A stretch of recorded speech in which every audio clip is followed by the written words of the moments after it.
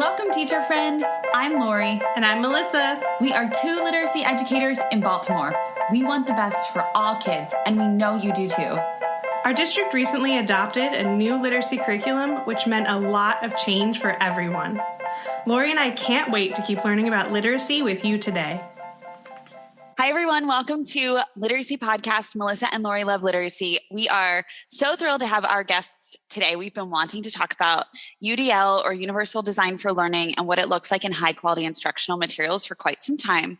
I feel like I say that every time, Melissa. I'm like, we've been wanting to talk about this for a long time. But it's true. You're not lying. No, we have a lot of things we want to talk about. So. Yeah. And this one, we just had another guest come on about talking about equity. And I think this is similar in a way, like they talked about equity often like gets, thrown in at the end, sprinkled on top, and people don't really know what it is. And I think UDL gets some of those same things too, right? Like, oh, don't forget about UDL, when really like it should be part of everything you're doing. So I'm really excited to talk to our guest today too about how does that work, and how does it work in high quality instructional materials? Yeah, I totally agree. Yeah, I feel like sometimes it's one of those things where you think you know what it is, but then I hope that after talking with our guests today, we all have a deeper understanding of what it is, and then also what it looks like, because it can be hard to find in high quality materials, because I don't know, I feel like the whole lesson plan is UDL. Right. I was going to say, it's actually probably better if you can't find it. So we are going to talk to our guests today. We have two wonderful, wonderful gals from great minds. We have Miss Vivian Norris and Miss Sue Sabella. So Sue, why don't you start by sharing a little bit about yourself, and welcome to the podcast, ladies. Welcome. Well, welcome, Lori and Melissa, too. Thanks so much for having us. We're so excited to be here today. And before I came to Great Minds, I used to be a clinical coordinator of an elementary ed program. And my lab school was in a very unique position where they were piloting Wit and Wisdom, but also working with CAST and trying to bring UDL to their district. So I had the opportunity to kind of observe this smash of two incredible approaches to support all of their learners as readers, writers, speakers, and listeners.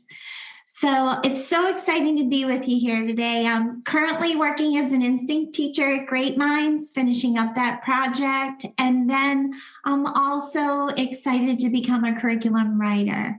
So it's great to be with you today. Thank you. I feel like I learned so much about everybody, even if I already know them, on the podcast. I didn't know you did that. So that's exciting. Would you mind sharing what CAST is, just for our listeners who don't know, Sue? Sure. CAST is an organization in Massachusetts, and they develop the UDL guidelines, and they support districts throughout the country with UDL, bringing it to their district, and then also supporting them with scaffolds for students through materials that they offer for free on their website. So I'm a huge fan of the folks at CAST. Thank you. All right, Vivian, welcome. It's your turn. Share a little bit about yourself so our listeners can get to know you. Sure. Well, first of all, thanks for having us. I'm so excited to be here. So I actually started my career on Wall Street, and I was there for several years, and I just volunteered in a lot of... Did you know that, Lori? No, I didn't know any of this. Talk about that. And it was actually because I volunteered so much in different education-based nonprofits that I decided I wanted to be a teacher, and it made perfect sense for me because I've always loved school and learning. So I just wondered why I didn't discover it earlier. But I did a program through KIP DC through their capital teaching residency program. So I basically, it was a gradual release with a teacher. So I was able to learn how to be a teacher with a mentor. And that was a great experience. And I stayed at that school for 4 additional years. And that's when we adopted Wit and Wisdom. So we were on the earlier side of adopting it, where everything still said draft on it. And so that was a really exciting experience to work with the new curriculum that was high quality, but also I was a new teacher. So I got to, it was a steep learning curve, but in the end, I've been a huge champion for Wit and Wisdom. And then while I was teaching there, I did a master's program at GW that focused on culturally and linguistically diverse learners. So that I think doing that simultaneously while teaching was really where UDL was a part of my practice from the very beginning of teaching, as opposed to something I had to learn later on. So in that way, I'm very lucky that I don't know much else, but that helped me when I was an instructional coach afterwards at a school where I had to teach others what UDL was. So I had the experience of knowing it and doing it from the beginning, but then also teaching others who are a little more reticent to change and more veteran in their ways, and teaching them what UDL is and how to have more inclusive classrooms. So I've been obsessed with written wisdom for forever. So I was so excited to join the Great Minds team. And I've been working with Sue since August, and I love working with her. And also we've been talking about UDL since then. And we are continuing our work together after the InSync project as curriculum writers. So I am very excited to do that with Sue some more. Well, I want to throw out there, I mean, I know we're going to talk about what UDL looks like in high quality instructional materials, but for those listening, because I feel like it could be like, okay, last week, Melissa and I did a podcast on equity. And before that, we talked about, I don't know, what's another buzzword? Somebody throw out another buzzword. I don't know that we've done any other buzzword podcasts lately. I know, but we've said buzzwords. You know what I mean? I want to name that, like, this is something that is just like equity, just like we're saying equity is embedded within high quality materials. So just to like frame that for folks from the get-go, we're not saying like, because I do feel like in the past when I was a teacher, it was like, here's your curriculum. And don't forget, don't forget to add UDL. Yeah. So I just wanted to say that because it feels like, you know, it felt like when I was a teacher, I had to quote like add UDL or do all these other things that were buzzwords. So I want to hear Sue, what do you think about that? Yeah, well, it's funny you mentioned that, because when I did work in the lab schools with our pre-service teachers, because the veteran staff there was piloting Wit Wisdom and trying to wrap their heads around UDL, they had asked me to kind of take a deep look at the curriculum and say, how can we add UDL to this? Well, when I actually did take a deep dive into the curriculum, I then co-taught lessons with my pre-service teachers and actually brought back student work to the university classroom to analyze it. And I said, they're not adding anything to this curriculum. This curriculum was designed with UDL in mind. Let me just show you how they did that and where it is in the curriculum. So you could tell that it was framed with the guidelines and the principles of UDL. It's just, unless you really took that deep dive, it was so well done that it truly was invisible. The curriculum was extremely supportive of all learners, but unless you really looked for it, you couldn't see where it was. So it was extremely well designed. So it was a pleasure to go back and then share that with the veteran teachers. It's like, you're not adding something on, it's already there. That's really helpful, Sue. Yeah.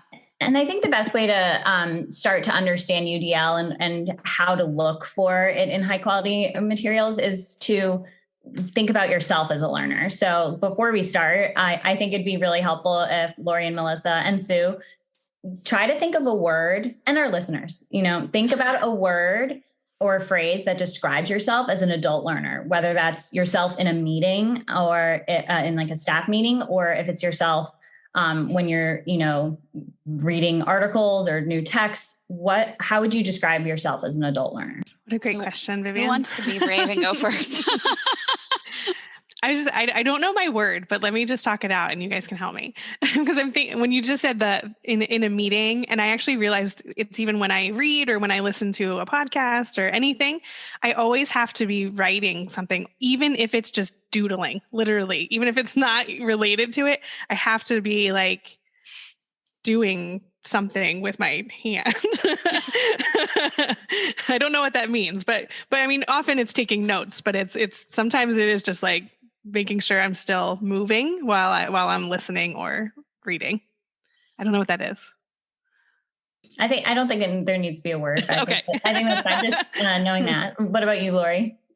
Well, I can relate to that, Melissa, because I think I spent my entire middle and high school career doing that. Just like doodling on the side of my notebook. My whole adult career too. It has not stopped. I think as an adult, I'm going to say like an active engager. And I mean that in multiple ways. Like I need to be actively engaged in the like, for example, right now, I have to be, in order to be able to be an active part of this conversation, I have to be taking notes. I'm going to ask lots of questions. I'm probably going to process verbally and say, like, clarify some things. So maybe that's a mix of a couple different strategies, but definitely like verbal processing is really helpful for me. Like I'm always clarifying in meetings or saying, I just want to make sure I understand, or asking follow-up questions. And I've always been like a question asker and a verbalizer. So I guess maybe I'm getting at it that way. Is that suffice, Vivian? I don't want to be wrong. No, well, there's no wrong answer. Everyone's different, but what I'm hearing is that as adults, we've learned multiple strategies to learn, and we also know what works best. So you're all capable of taking notes and you're all capable of verbal processing, but like Melissa gravitates to more of the note taking and Lori gravitates to more of that verbal processing. And that's just inherently what helps you absorb the information better. So that's kind of what we're getting at or we're going to be talking about a lot, is that learners are just different. And I think the easiest way to start this conversation is starting with yourself as an adult. And as, listeners probably reflect on their own educational career, you're going to think about yourself as a learner when you were younger too, and maybe how that's evolved and changed, or what worked and what didn't. And most of the time we know what didn't work for you as a kid and how that changes over time. And so I just have to ask you too, how would you describe yourself as an adult learner? Oh, it's funny because I'm thinking I'm opposite of Lori, which is really interesting because I think about the two of us being in a classroom, that variability of learners. So I'm very much a visual learner, and it's not only receiving information to be able to learn, but output as well, which I learned a great deal about myself as a learner as an in-sync teacher. And what I found is I was able to process the information more deeply because I was able to create visuals. So when I think about learners in the classroom, when we're only asking them to respond one way, either verbally or in writing, are we throwing up barriers? So I just think UDL is so interesting to think about as adults. That's a good point too. If you think about us either in the classroom as classmates or, we are workmates, and think about the value add that it brings to our team, that I'm processing one way, you're processing another, and yet we're coming together to work together on a very big and very important project that's impacting lots of children across the nation. So, think about if we didn't have those differences in learning styles and how we would approach the project and do things differently. It makes it special, I think. Yeah. And I think making that very aware in the classroom that every single learner in that classroom is unique and every single learner is bringing their own strength. When we talk about building a classroom community, I think that's a very positive way to do that. We all come with unique strengths and needs as well. That's a super good point, Sue. So I'm curious, how would you both share a basic UDL definition, or like, hey, here are the basics on UDL. If you are a first year teacher, you have no idea when we're saying universal design for learning, or maybe you're a 30-year veteran teacher and you've heard this your whole career and you might have, assumed your own definition of it. Can we redefine it for folks so that everybody's on the same page moving forward as a listener in this podcast? Sure. Is it okay if I start with a little bit of a history behind it? So then it's easy to... Of course. Okay. So before we talk about universal design for learning, it's really helpful to actually understand architecture and universal design in general. So before the universal design movement, architects rarely address the mobility and communication needs of people with disabilities. And the the result were that a lot of buildings were inaccessible to many. So in the late 1960s, Congress passed the Architectural Barriers Act, and that was the first federal law that addressed accessibility, and it made federal buildings and federal facilities accessible to people with disabilities. And that legislation led to extensive retrofitting of buildings with ramps, elevators, talking signs, and other access devices. But as I'm sure we've all seen in different places, retrofitting is expensive and often aesthetically disastrous and so ugly. So it's just inadequate from a practical standpoint. So Ron Mace from North Carolina State University started this idea of universal design, which is the idea to create a physical structure that's designed from the beginning to accommodate the widest range of users, including those with disabilities. Mm-hmm. And there are different, I think there are 7 architectural principles for this universal design, but the idea is that you're increasing accessibility of a physical space. And it's central to these principles is providing alternatives for users. So some examples are like ramps, but it's embedded into the stairs. And you might see visuals of this if you Google it, but there's like a ramp and the stairs. So you can have a choice of which one you want to take. Or the famous example is the Louvre, the museum in Paris, where there's an elevator in the center of a stairwell that's spiraling. So then you can have a choice of which you want to take. And if you've been to any of these places, you've seen that you want to take the elevator sometimes, and it whether or not you have a physical disability, but it's integral to the accessibility for everyone, but it's also a part of the architecture, so it's not so ugly. And it's designed together from the beginning.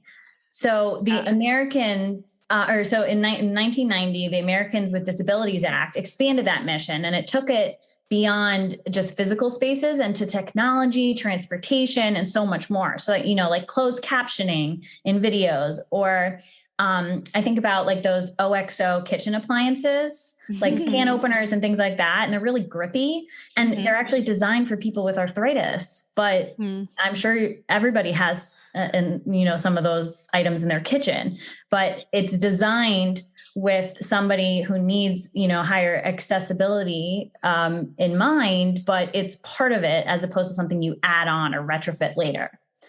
So the idea is that when you think about that in architecture, and then you think about a classroom, it's the idea that universal design for learning is the idea that you can create learning environments that are flexible and accommodate all learners, whether that's a physical space or academic or mental.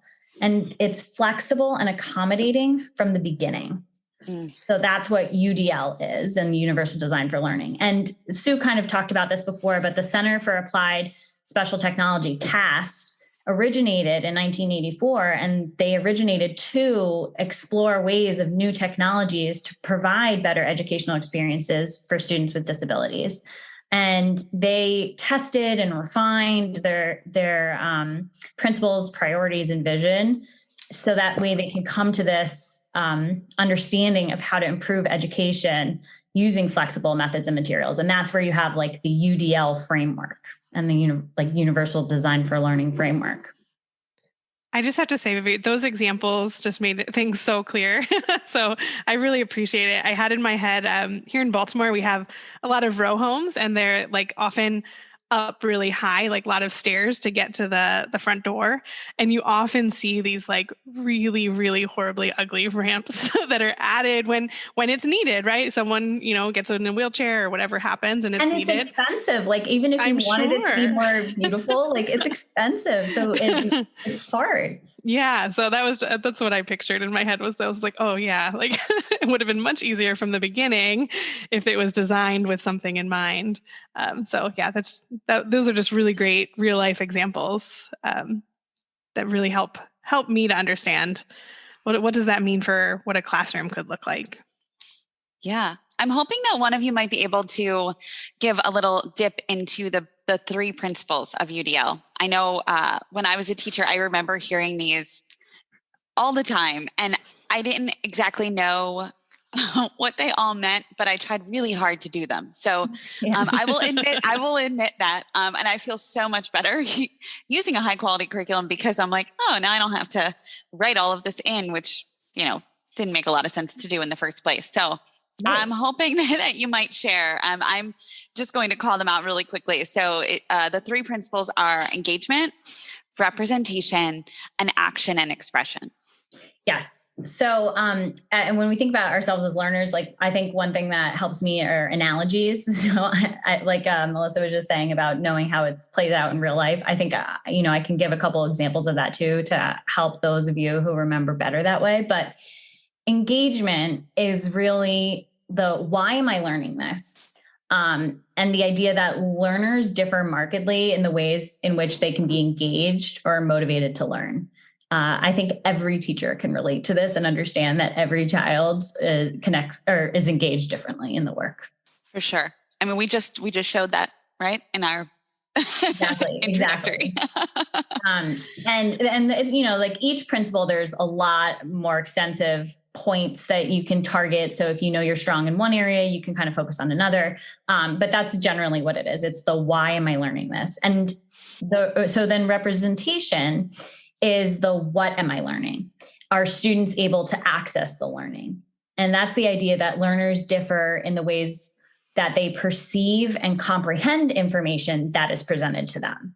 So one example that I really love is if you were to have people in your home, like you just moved to a new neighborhood and you are setting out food for them and you have all these, appetizers and great food and nobody's eating it. And you're like, well, it's accessible. There's a table there. There's nothing obstructing the table. Why aren't they eating it? But then you later find out that, somebody's kosher. There's a different allergy needs in the neighborhood. Somebody's lactose intolerant. And you realize that despite putting out the food, it's not accessible to the people who you'd like to have it. So when we think about representation, it's, not just making the information accessible for students, but teaching them also how to transform accessible information into usable knowledge. Mm-hmm. And then the last principle is action and expression. So it's kind of 2 parts. It's how will I share my learning with others? And the action is how do students navigate the learning environment?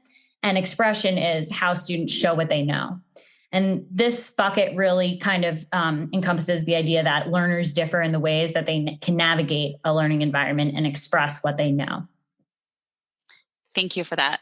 I feel like so I'm just going to say, when I was a teacher, I think that last one was really pushed heavily. Like, how can we have students show what they know? And then you're going to do a project-based approach or a choice-based approach. It was very, I remember a lot of focus on that particular one. So I'm not sure if that resonates with anybody listening. I think what you're reminding me is that a lot of the time we think of UDL, or we think of these strategies as a big project. So if you have a culminating project, how can we give students choices and options? But I think what's important too, that you'll see in high quality curriculum materials, but also in teaching just as a teacher in your everyday life, that it's also little strategies along the way.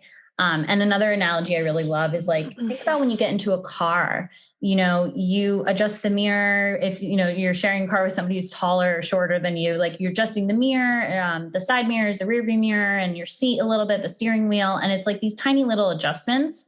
And that's what teachers who are doing UDL really well are doing. They're making small tweaks that along the way, as opposed to a big project at the end of a unit where it's let's get them all to, make a video or, write this script and make a comic book and all of these different options.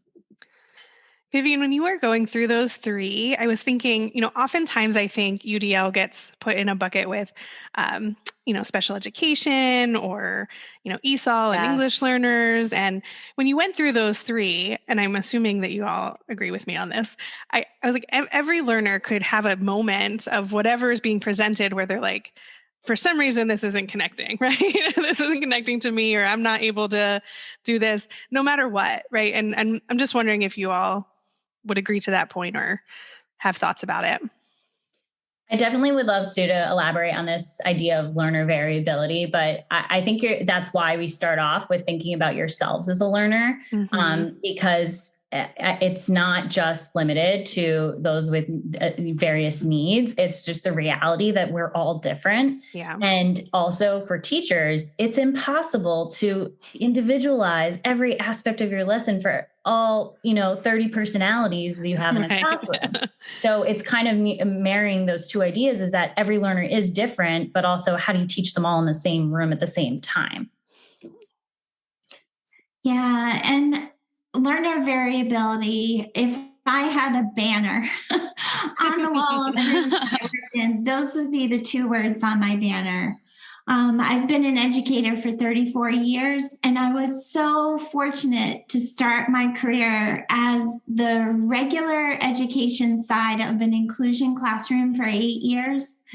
So I learned so much about special education, but my big walkaway when I did start to hear about UDL is it's not a special education initiative. It really is about regular education, about education for all. And again, honoring everyone's choices and how they want to learn, how they can learn, and how they want to express their new learning, which is the action and expression. So when I think about wit and wisdom, I think back to when I first met it, when I was a clinical coordinator. And I'm often asked, hey, why did you leave that super cushy job? And it was really, it was enjoyable with the pre-service teachers as well. But why did you go to Great Minds after having been a teacher for 34 years? And my reason is wit and wisdom. I've been searching for an ELA curriculum that met the needs for all learners for 34 years. And and for me as well as a teacher, I would have killed to have had this curriculum at the beginning of my career. Because when I think about wit and wisdom in UDL, it's not only removing barriers for learners, but it's removing barriers for teachers. It's impossible to think about UDL in a district and spreading UDL throughout that district to support learners if teachers do not have common language, common approaches, common assessments, common instructional routines. UDL will fail. I saw it over and over and over again as a teacher.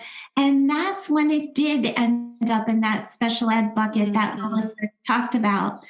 But when you have a common approach with a high quality instructional material that is designed with UDL in mind, framed by the principals, now we're talking UDL success.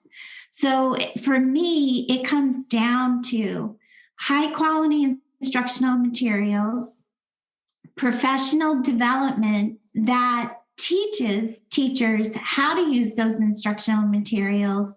And then also what Vivian and I are really trying to do is make those UDL principles in wit and wisdom more visible to all the folks in your audience and beyond, because we really see that as the step to success for all children if teachers are able to use these high quality instructional materials well. Yeah, that's... Yeah. Yes. Sue, I just think every time I talk to you, Sue, I learn something new. So that learner variability piece is when we had our pre-call and you said that, I've been using it since. Like it's just been flowing. I love that phrase. I think it encompasses so much. And it made me think about a few different things that I want to just like very quickly share. And I'd love to hear you and Vivian, kind of weigh in on before we talk about what this actually looks like, and you all give us some real concrete examples of what this looks like in high quality materials, specifically in wit and wisdom. I was thinking like your learner variability could be influenced by like your learning preferences, but also your background knowledge. Is that all accurate? That's 100% accurate. Whenever I think about students coming to a new text, they're bringing so much background knowledge as well. And how are we tapping into that? And that's one thing that I love about Wit and Wisdom is we're honoring what they are bringing by asking them initially to notice and to wonder. And again, we're tapping into their natural curiosity instead of clamping down on it and lecturing to them. Mm-hmm. So again, the way the curriculum is structured and built is just very supportive of learners, especially with engagement, because we're saying right from the get-go, we honor what you're bringing to this piece and what you're thinking. Kids are powerful thinkers, and to be able to tap into that from the get-go is so important. And I think also it's not thinking just about a curriculum, but just also what teachers do naturally every day is you're not going to bring examples to a classroom about, going to the beach in Hawaii if you live in Baltimore, because you don't know if everybody has been to Hawaii on an airplane, been to a beach. Like you're not going to bring these examples to the classroom unless they're relevant and authentic. And that's part of that engagement piece. So it's beautiful that a curriculum opens up with the opportunity for students to bring in their background and just recognizes that all learners are different. But then also as teachers, you have control of being able to authentically bring opportunities for students to get engaged in your classroom, just aside from a curriculum and just what you're doing every day. I think too, like they're such great points. And I'm thinking about how, both adults and kids alike might show up differently on different days or different meetings, depending on like the different settings, the different people who are there, the different texts, topics, I'm trying to think about how and why this could look differently and how that learner variability could shift. Like, that's what I think I've been thinking a lot since our pre-call is what makes learner variability shift. And those were some of the things that I came up with is like, a child who maybe has family in Hawaii, but lives in a landlocked state, has this incredible background knowledge about beaches and islands and everything else. But then the other child sitting next to them has a completely different boatload of knowledge that when they come, one child is it impacts their confidence. Like it impacts so much. Like I feel like now we're talking about equity. We're talking about social emotional learning. We're talking about just so many things that are right in there with this idea of UDL as being like the forefront of those. And I think you have a great point about mentioning that like learner variability can shift constantly too, depending on the day or time of day. And I think just not to overwhelm teachers, you have to step back and think like there are things in your control and there's things not in your control. Yeah. So, and I felt like that was very hard as a teacher is to try and account for the things out of my control, but to just like narrow the scope a little bit is that, if you're having a bad day as a teacher and you have such a great curriculum like Wit and Wisdom, you can just rely on that to help, reach all learners in that day. But then if you are able to do, add a little bit of your own flair to it as a teacher, your own personality, there are other ways in which you can also reach learners because at the end of the day, your students best. And I think that's also part of the debate when people say, oh, I don't want a scripted curriculum because it's taking away from my teaching and me. It's like, no, there's a lot of opportunities for you to access all the different people or all the different students in your classroom in addition to a high quality curriculum. Yeah. And if you think about that second bucket of representation, it really supports you as a teacher because as a teacher, you can't often anticipate what those barriers could be or what the different strengths and needs of your students are in that moment. But by having a variety of materials and a balance between audio and visual materials, you will be reaching your learners. And also thinking about what is the target for my lesson, and to keep the rigor in that lesson, but to remove the barrier. By having a variety of materials that they can access, you're able to do that because children are making those choices about what they're accessing and how they're using those materials. That's a really great point. I'm thinking too, it does take that that teacher bias or preference out of it. Like, because I know what I would naturally do as a teacher might be different than what is in the curriculum. And like, because of my preferences, right? Because of my learner variability, and it's impacting my choices. And then maybe students are always, maybe they're always listening to some audio stuff, or like it would be very much swayed by my preferences. And so this is really keeping that playing field equitable. Is that accurate, Sue?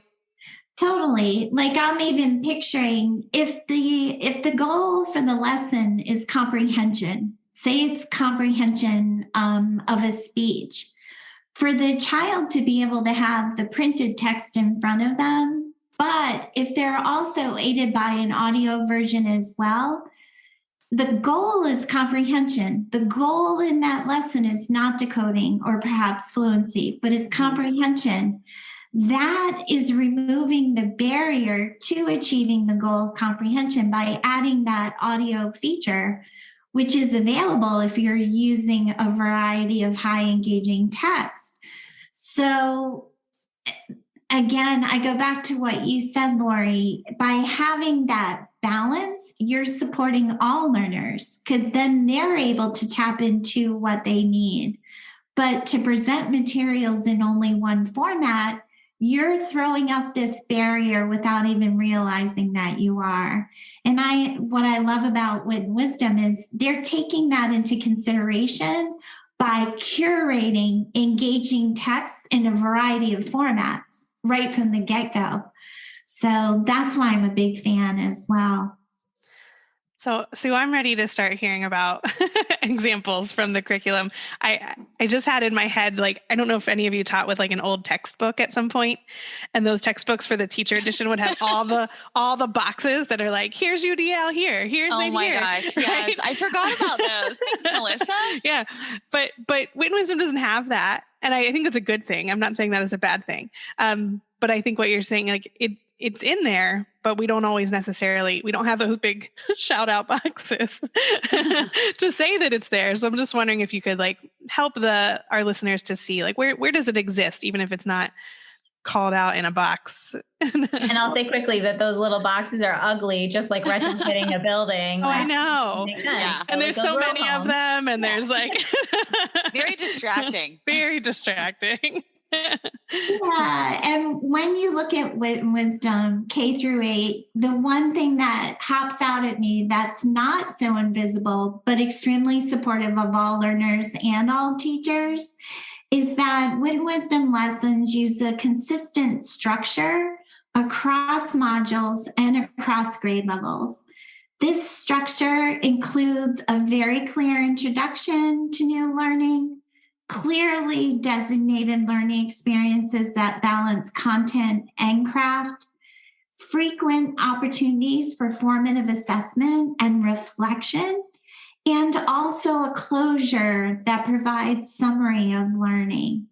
And when I think about at the very beginning of the lesson, you see the essential question repeated every single time. Mm-hmm. That's not only for the learners, it's also for the teacher to remember what is this open-ended question that as a learning community, we're working together to answer. And then when I think about UDL and the use of questioning that Wit and Wisdom has, Wit and Wisdom provides options for sustaining effort and persistence, which helps with engagement with UDL. by displaying learning goals in multiple ways. So those uses of essential questions and focusing questions. That's so smart. That never jumped out at me previous to this, that was really universal design for learning and the way that those goals are represented. So I learned something new today too. And I feel like I've been in the curriculum for a lot of years now, probably not as long as Vivian, but yeah, that's that, and I love the thought that it's for the teacher as well as the student, because I think sometimes we make the assumption that it's for the students, but it does help the teacher stay on track as well. It really does. It really does. And instead of asking teachers, go find your own materials, design a curriculum on your own. Here are the standards. This is very supportive. We've removed the barrier for teachers by providing high quality instructional materials, which I think in the long run, and is our goal, it supports learners because their teacher can be 100% in the moment to respond to their questions and to push their thinking even further, which is what we want for children. But can I add too about what you're saying about the goal, like focusing on the goal? Like I keep hearing Sue say that, and it's so important because literacy has so many components, right? Like, I mean, you guys know from your podcast, you just have so many different elements of literacy on there. There's, speaking and listening, fluency, reading, writing, and then within reading and writing, there's so many pieces. So I feel like, as a teacher, you have to focus on like, what's the point of this lesson or what's the goal here? And, how can I provide choice for students? And while there's a little bit of that you can do yourself, it's so relieving as a teacher to know that the curriculum writers have thought of that. They've said like, let's think about what the goal is here actually, so then we can make sure that that's intact, but then the rest of it is, has some choice or flexibility so that the teachers can implement how they see fit in their space, because there is just so much that you're trying to achieve. So interesting. That's, I think when we first had our fidelity conversations, when we first had Wit and Wisdom in Baltimore, that was the conversation. Like, what are the things that you can change, should change, and shouldn't change? And that's really it. Like, what can you change to meet the needs of your students without changing the goal of the actual lesson? Yeah. And as you get deeper into the curriculum and as you scale up the grades, another area that is extremely important to think about and to consider is vocabulary. If we think about this as adults, vocabulary is the key to success in this world. You have to be able to understand what's being said, what's being read, and vocabulary can become a huge barrier to our learners. So what I love about Wit and Wisdom is they go to great depths to clarify vocabulary, but not separate from the learning experience. It is embedded when that clarification occurs. And when they clarify vocabulary, they're doing that through very simple student-friendly definitions and also the use of common synonyms. So again, children are seeing the vocabulary words in the essential questions, in the focusing questions. They're hearing them again in the lessons. They're being supported through the use of friendly definitions. And then they're using that vocabulary in their writing that's connected to that reading. That's how all students, acquire and use vocabulary successfully. And again, it's almost hidden within those lessons, but extremely supportive of all learners. Yeah. Sue, that makes me think about, and I just want to give an example for those listening who may not have seen a Wit and Wisdom lesson, and they're just in their, in pre-high quality materials phase, or trying to figure out like what makes this different than what we did before. So I'll give an example, and I'd love for you and Vivian to react to it. Previous to high quality materials, like for example, and I've done this as a teacher, so I'm speaking from experience. When I remember doing this in 5th grade, my aim would be to get to that writing that was connected to reading. My aim of the lesson would be there, but I would not or get there effectively or efficiently, because the vocabulary, although I would do it embedded from the text, the quote activities that I spent time on for vocabulary, like we would spend so much time doing a Freyer model or acting it out, that it would literally take the whole lesson, and then we wouldn't have time to read. Like it would just be way too much. I mean, in my opinion, way too much. And then it would kind of throw us off course in getting to the writing that's connected to the reading, which is the main goal. The main goal is not to stop and spend 40 minutes having kids do 4 different Freyer models to understand 4 vocabulary words, or, whatever it might be. So I hope that you both react to that a little bit and just share, like, is that thinking accurate? I just would love to hear your thoughts. Well, I think that's where the Wit and Wisdom Journal comes in very handy. And when I think about the differences between how Melissa processes information and you as an adult learner, Lori, process information, when it comes to new vocabulary and you're reading and you're discussing, you could simply invite children. What's going to help you remember this word? Could it be you're drawing a doodle in your journal? Could it be you need to write down that definition in your journal? Again, providing options. The journal remains consistent, whether it's a digital journal or a paper journal. That's staying consistent. But again, as a teacher within Wit and Wisdom, you can provide those options for what's best, what works for you, so you can remember what this word means as we continue to discuss and then move into writing. And this is a little different, but related, that like in my classroom, I taught second grade. We had to teach kids how to understand these choices and how to make that decision for themselves. So there is an element here of like, be gentle with yourself, and it's going to take time, but part of the amazing thing that you can do for students is teaching them how to be a student, like how to be a learner, and understand what works best for you. And there's a little bit of trial and error there, but one thing we did in our classroom was we started doing flexible workspaces. And if you've ever taught second grade, saying you're allowed to lay on the floor and write is, that you don't teach them why or how. That could be really disastrous. But when we reached a point, after several weeks of modeling and teaching, like, behaviorally what to do, we had kids all over the classroom. I even had kids like under desks, but they were writing and it worked. And they love it under desks. I know. Oh my gosh, they do. Like in cubbies. I'm like, no, that doesn't work. But you had kids standing. I even had one student, like, because of handwriting issues, like we taped it to the wall. And he had to, move around a lot as he was thinking of his ideas, but then he'd start writing with his paper on the wall. And, I think the important piece here is not just, what options can you provide for students, what's already in the curriculum that's there for a reason, so don't take it out. And then but teaching kids to understand, like, we are all different and it's okay. But these are the pros and cons for yourself of why you might choose this, or when, if you're laying on the floor, when you should probably not, if it's not working. I feel like I've had to do that a whole lot with my third grader in this virtual learning space.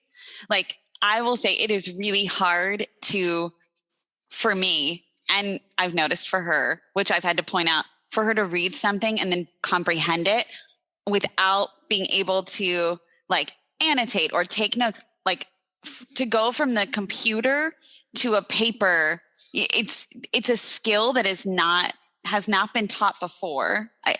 I'm anticipating, because she struggled with it, but that we had to work on. So every time she's at the computer learning, I'm like, grab a paper, grab your whiteboard, grab something so that you can process what it is that you're doing, because you can't always do the work. Like, you can't remember everything in your brain and on the computer screen. So like, I feel like this virtual learning space has really impacted how we do this. For teachers and students, like, we've all learned, like, okay, if you can't do it this way, like, what are other ways that you have to make it work, or why isn't it working for you? And like, what are you realizing about yourself? Or on the flip side, for a lot of our students, like, what, you know, what didn't work in the classroom. And now all of a sudden you're seeing them thrive, and making sure that you're pointing that out for students so they get that metacognitive processing of like what works for them. Yeah, and I think about that example, Lori, and what you are doing is you're supporting the learner in your home by providing options. And technology is amazing in support of universal design for learning, but it should be a choice. I strongly believe that. We need to provide low-tech options as well, if that helps learners process information, grow their knowledge, and expand their learning. So again, at the beginning of the podcast, you guys mentioned the term buzzwords. Well, EdTech, huge buzzword, huge buzzword. Where were you then, Sue? No, I'm just kidding. Well, I knew this was coming. The 200 latest, greatest apps. You know, it's such an overwhelming thought for teachers. Well, consider how overwhelming it is for learners as well. It's like, oh, I have a new program to learn today. Oh, here's another new app. And again, it's about what Vivian said, having an honest discussion with the learners in your environment. What works best for you? And if you want to try out some different things and then let me know, that's cool too. Like, we need to let our learners have a voice in how they learn best. And that includes technology. Yeah, I was going to say some of the teachers I work with have been doing, the 1-minute fluency assessments, and they've been trying to figure out how to do it virtually most of the year, which is a little harder. And they figured out some good things, but they used Flipgrid to do some recording, which was kind of cool. And that's something that they might take with them when they go back in person. But they recently just went back in person, and they said they're like, yeah, but for these 5 students, like, it was just so much easier to just do it with them. Like, it took 5 minutes to do all 5 students. We were done. And it was so much easier. And again, that's a variability. In 2 years from now, they may feel more comfortable using the tech. But again, asking them, what works best for you? Yeah. Such good stuff. I love that idea, Sue, of keeping like all of the options in mind, especially those low tech options, because I think sometimes with all of the fancy tools, we're what was it in Twilight? You're like glimmered by them. Glimmer. Is that what it was? Am I right? Glimmer. Yeah. And I think teachers feel like they have to use all those fancy tools too, right? Like, there's like a little pressure to, oh, there's this new fancy thing. Someone did a PD about it, so now I have to use it. Right. Or like, oh, my teammate's using Padlet and this and that, or Nearpod, and I have no idea what that is. And but like writing on a Post-it is actually just as effective as using one of them. Padlet, I think, is the Post-it one. Yeah. Right. And that's where, I really try whenever we have the opportunity to meet with district leaders, is I want them to know about UDL as well. And that it really is about providing options that enhance learning. Like, whenever someone's going to use a new gadget or a new piece of software, the question that frames that decision should always be, how will this tool or this software enhance learning for my students?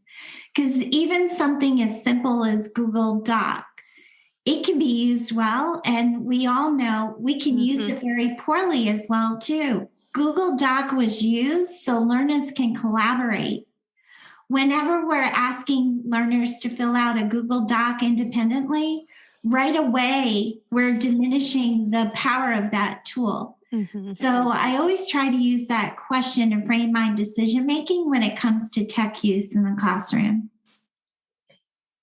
I'd never thought of that before. That's such a good point. Well, now I feel like I want to invite everybody to edit all my Google Docs or collaborate with me, because no, I'm just kidding. No, that's a really good point though. And it is very effective for that use. Thinking about a meeting the other day I was in where we were all doing that. And then we took 10 minutes during the meeting to add to the Google document. That was something for us to react to or add to. And then we discussed it. And by, I think, having that processing time to then come back and talk about it, it was so much more effective than me sitting there reading that document that somebody already added their thoughts to, because I was, again, actively engaged, because we know I'm an active engager. And that's what I needed to be able to type it or add a +1 or see what other people were thinking in order to engage with that content. Right. And for your folks out there in the audience, the SAMR model, SAMR model, that goes along well with UDL as well. You always have to ask that question: is what I'm doing enhancing learning, or am I throwing up a barrier to learning? That's a really great question. And I think, are we ready for our advice? I was going to say, so. I always do that when someone gives a tiny piece of advice, and then I'm like, oh yeah, we need to wrap up. So there's so much content, though. This is awesome. I think everybody's going to walk away feeling so much more clear about what UDL is and how it looks in high quality materials, and just build their confidence in general in their knowledge base of UDL. So thank you both for this today. Yeah. And there's when Vivian said, like, if you're having a bad day and you just do the curriculum as it is, you are still doing some elements of UDL. And that would make me feel better as a teacher, that it's like, I don't always necessarily have to do 25 things on top of what is already there. Mm-hmm. Yeah. All right, ladies. So you know what's coming, because I know you both listen. So we'll just ask you to leave our listeners today with a piece of advice. I'm hoping it's about UDL, but honestly, it can be about anything. Well, I would say I kind of have 3, but they're all related. But, first, do your research for high quality curriculum where it's embedded, the UDL is embedded. And Sue kind of gave all those examples of how it's in the Wit and Wisdom curriculum. And as much as we're champions for that curriculum specifically, it's really important that it's part of the curriculum and not a box on the side that says, here's your UDL tip of this lesson. Mm-hmm. So just, do your research and make sure that you're acquiring high quality materials that have that there so you can reach all learners. But then for teachers, I would say just like constantly ask yourself the question that Sue constantly said too, is what's the goal of the lesson and what barriers are there? If the goal is for students to retell a story, it doesn't really matter how they do it. If that's the goal, give them those choices.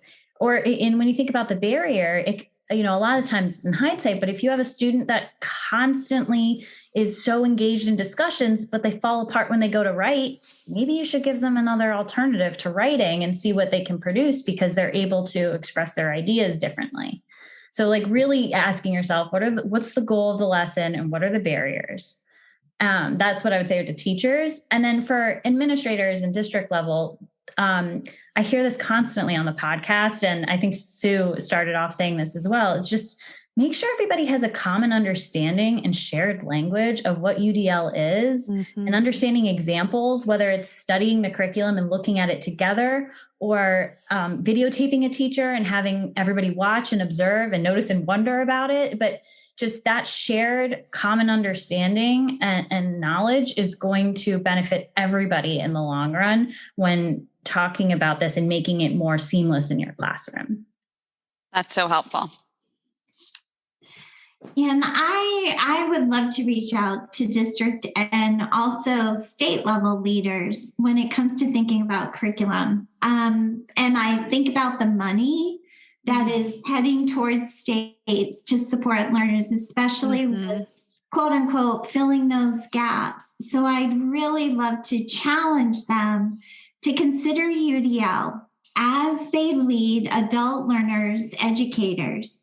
And when teachers do not have access to carefully crafted, high-quality instructional materials and intentionally curated and engaging libraries of reading materials, we're creating barriers for educators to grow. Mm-hmm. So that's something to consider. And also with high-quality instructional materials and a variety of PD approaches that meet the individual needs of adult learners, we're empowering educators. We're removing those barriers. So I encourage leaders all across the country to consider this when they're adopting curriculum.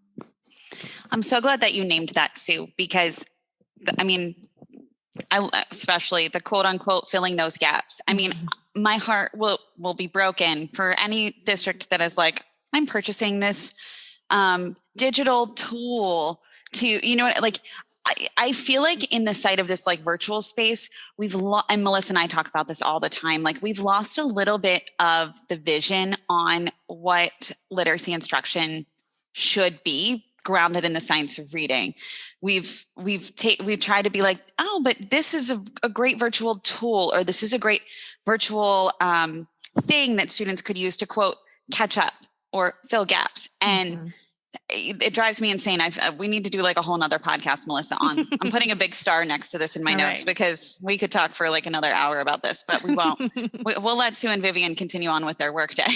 But yeah, no, Sue, that's really important. That like top of mind, there is a lot of money and funding coming, and like, please, just leaders out there, use it wisely.